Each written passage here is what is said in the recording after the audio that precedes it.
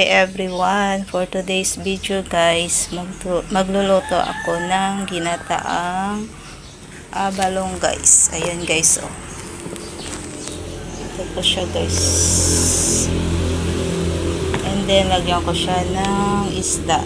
Pinaghiwa-hiwa ko siya guys kasi marami kaming kakain para magkasya guys.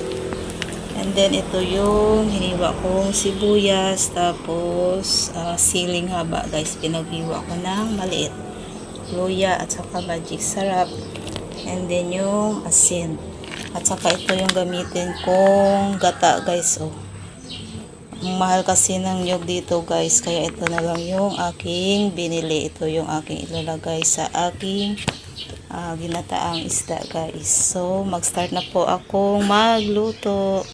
So guys, nailagay ko na dito sa kawali yung abalong guys. Tapos ilalagay ko yung isda dito sa itaas guys. Ipailalim ko yung abalong para sa itaas yung aking isda. Hindi ko alam ano tawag dito sa Tagalog nitong guys, abalong. Tapos lagyan ko siya ng asin. Ayan. And then, isabay ko na halo tong sibuyas, luya, at saka sili. Ayan guys. Oh. Pag halo-halo ko na lahat guys, sabay. Ayan. Tapos, lagyan natin ito ng magic sarap para pampalasa.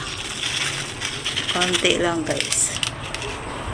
Tapos, yung lagyan ko siya ng gata guys. Ayan, ito yung gagamitin kong gata.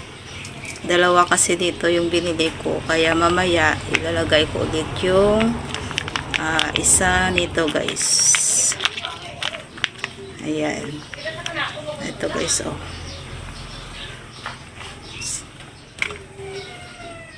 ang bango niya guys. Tapos lagyan ko siya guys ng isang basong water guys. Ayan. At this time guys, ilalagay ko na yung pangalawang gata. Ayan guys. So creamy. And then halo-haloin lang muna natin guys ng konti.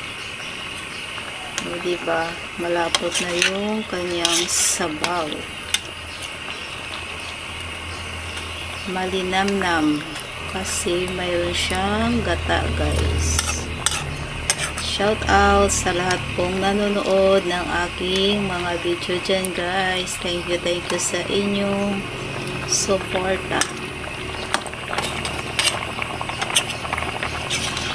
Yan. Luto na guys. Ayan guys. Ayan. Simpleng ulam. Makamura ka pa guys. Masustansya pa to. O diba? So, luto na ang aking ginataang abalong at saka isda guys. Ayan.